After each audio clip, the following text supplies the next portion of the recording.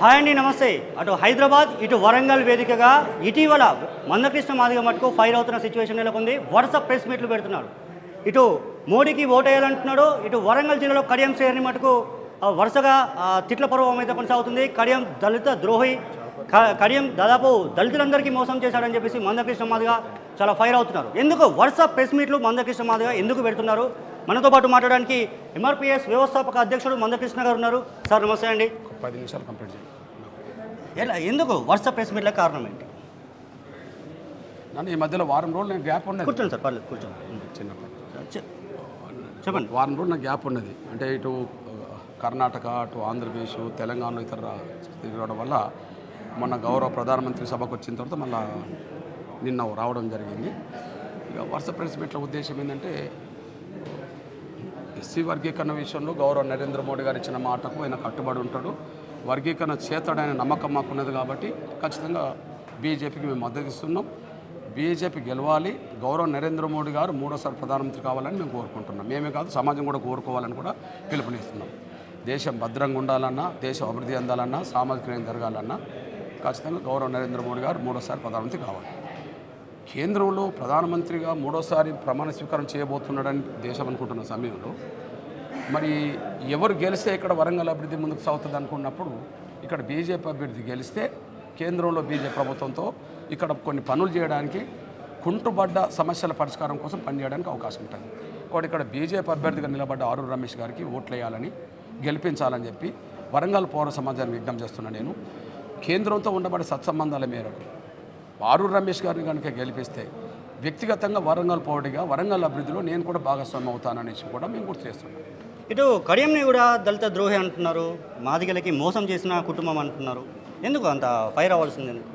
ఆ మాట నేను అనడం ఏంది? మరి రేవంత్ రెడ్డి అన్నాడు కదా, మాలా మాదిగల అవకాశాలు దోచుకుంటున్నావు, నువ్వు అసలు ఎస్సీవి కాదు, నువ్వు మాల కాదు, మాది కాదు, ఎస్సీవే కాదు, నువ్వు ఎస్సీ అని ముందు నిరూపించుకో, శాసనసభలో కమిటీకి పడాలి, ఆ కమిటీ ముందు నిర్ధారణ చేసుకో, నీ శీల పరీక్ష చేసుకో అని అన్నాడు. మరి కడియం సరే దళితుడు కాదన్నప్పుడు, నువ్వే అన్నప్పుడు వాళ్ళ బిడ్డకి ఎట్లా నువ్వు టికెట్ ఇచ్చావు? నేను అంటున్నా ఆ ప్రశ్న. ఇప్పుడు ఒకనాడు నా ప్రశ్న, ఒకనాడు నా అభిప్రాయం అనుకో. కానీ ఇప్పుడు రేవంత్ రెడ్డి అన్నాడు కదా గతంలో, మరి రేవంత్ రెడ్డి అన్న మాటకి ఎందుకు కట్టుబడలేడు ఆయన? కాబట్టి ఇక్కడ ఎస్సీ రిజర్వేషన్ అంటే ఎవరికి అందాలి? నిజమైన దళితులు, వివక్షత గురైన వాళ్ళకు, పేదరికంలో ఉన్న వాళ్ళకు అందాలి. దాన్ని దృష్టి పెట్టుకొని అంబేద్కర్ రిజర్వేషన్ సాధించాడు. ఇప్పుడు ఎస్సీ రిజర్వేషన్ల మీద నకిలీ ఎస్సీల బెడద ఎక్కువైపోయింది కదా, నకిలీ ఎస్సీల బెడద ఎక్కువైపోయింది. ఇప్పుడు కడియం సరే నకిలీ ఎస్సీ అయినే కదా, మరి ఆయన బిడ్డ అసలు ఎస్సీ ఎట్లా అవుతుంది? ఆయనే నకిలీ ఎస్సీ అయినప్పుడు రేవంత్ రెడ్డి అన్నమాట, మరి ఆమె బిడ్డ ఎస్సీ ఎట్లా అవుతుంది? ఇప్పుడు ఎస్సీ కాకపోతే ఎస్సీ రిజర్వేషన్లు వాళ్ళు పొందినట్టే కదా. కాబట్టి మేము ఆధారం ఉంటే మాట్లాడుతున్నాం తప్ప ఆధారం లేకుండా మాట్లాడతలేము.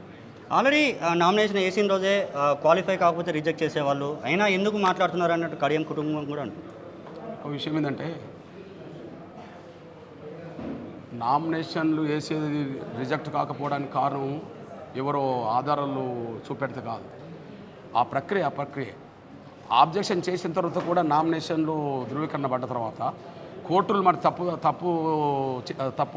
అది తప్పుడు సర్టిఫికేట్ అని చెప్పి రిపోర్ట్ ఇచ్చినాయి కదా, ఇచ్చినాయా లేదా? గతంలో ఇచ్చినాయి కదా. ఇప్పుడు ఉదాహరణకు రమేష్, మన ఆదిలాబాద్కి సంబంధించిన రమేష్ వాళ్ళ భార్య బీసీ సర్టిఫికేట్ తెచ్చుకొని ఎస్సీ సర్టిఫికేట్ తెచ్చుకొని ఇక్కడ గెలిచింది.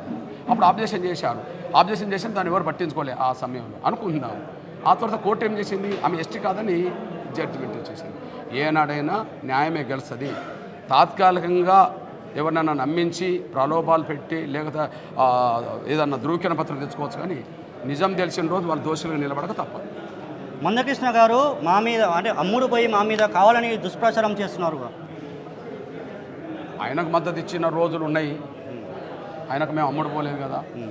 కాంగ్రెస్ మద్దతు ఇచ్చిన రోజులు ఉన్నాయి, కాంగ్రెస్ అమ్ముడు పోలేదు కదా. టీడీపీ మద్దతు ఇచ్చిన రోజులు ఉన్నాయి, మేము అమ్ముడు పోలేదు కదా. ఎవరికి ఎప్పుడు మేము మద్దతు ఇచ్చినా కూడా మా జాతి ప్రయోజనాలకు అనుగుణంగా ఇచ్చేసాం.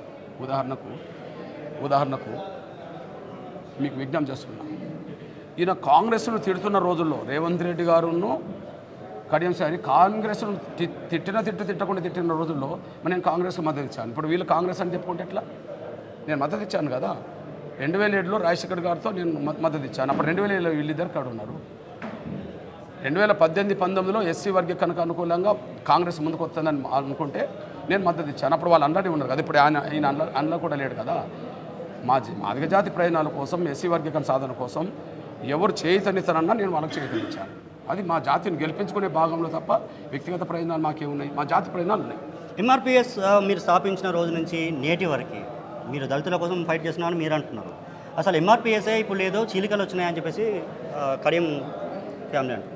ఇప్పుడు ఎంఆర్పిఎస్ను చీలికలు పేలికలు చేయాలని కుట్రలు చేసింది కేసీఆర్ అయితే, కేసీఆర్ దగ్గరుండి ఆ కుట్రలకు పాల్పడ్డది కడియం సేరే కదా. ఇప్పుడు రేవంత్ రెడ్డి ఆ ప్రయత్నం చేస్తుంటే ఆ ప్రయత్నానికి ముందుకు నడిపిస్తున్నది కడియం సేరే కదా.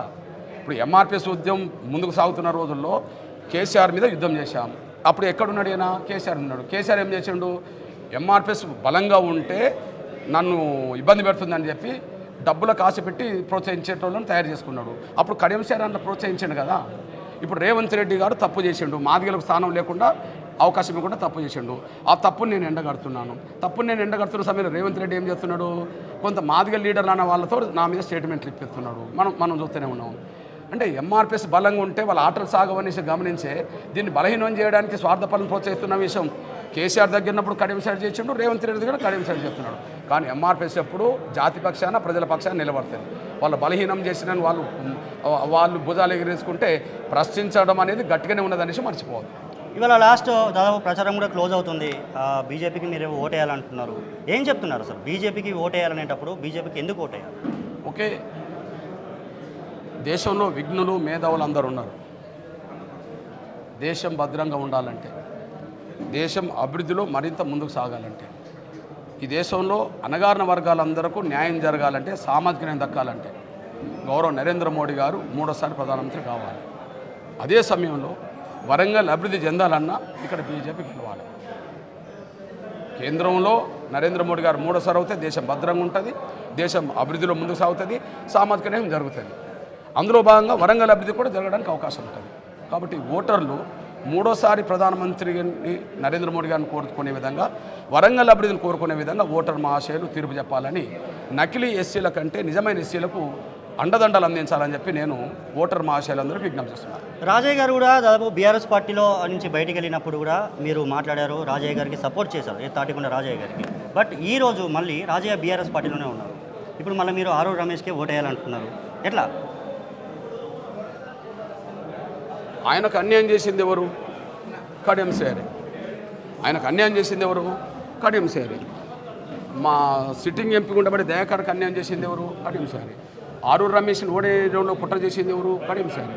కానీ కడియం సేరి నిలబెట్టిన వాళ్ళ కూతురు కోటేద్దని ఆయన కూడా చెప్తున్నాడు కదా.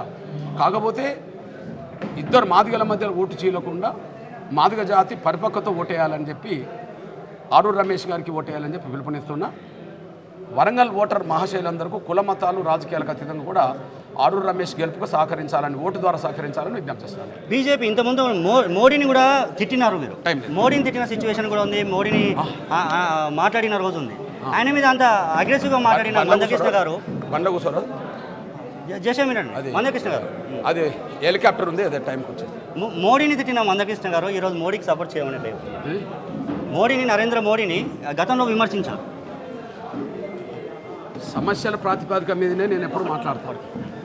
సమస్యల ప్రాతిపదిక మీదనే ఎప్పుడైనా మాట్లాడతాను. ఎప్పుడు ఏం మాట్లాడినా సమస్యల గురించే నేను మాట్లాడతాను.